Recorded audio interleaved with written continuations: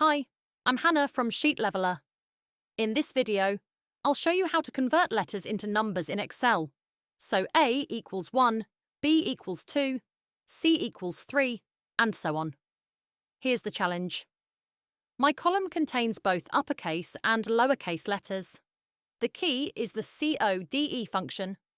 This function returns a numeric code for the first character in a text string. For example, equals code open parenthesis. A close parenthesis returns 65. Equals code open parenthesis. B close parenthesis returns 66. Equals code open parenthesis. C close parenthesis returns 99. Notice that code distinguishes between uppercase and lowercase. To make A equals 1, B equals 2, etc. I can simply subtract 64 from the result of code. So, equals code open parenthesis. A close parenthesis minus 64 gives 1. Equals code open parenthesis. B close parenthesis minus 64 gives 2. If I use a lowercase letter, like Saciolti, equals code open parenthesis.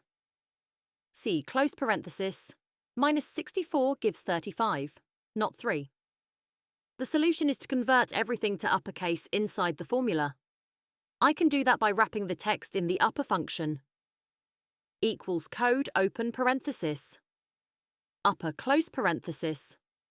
A2, close parenthesis minus 64.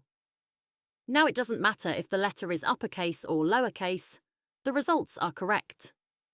Copying this formula down the column gives numbers 1 through 26 for letters A through Z. And that's it. I'm Hannah from Sheet Leveler. If you found this tip useful, don't forget to subscribe for more Excel tutorials.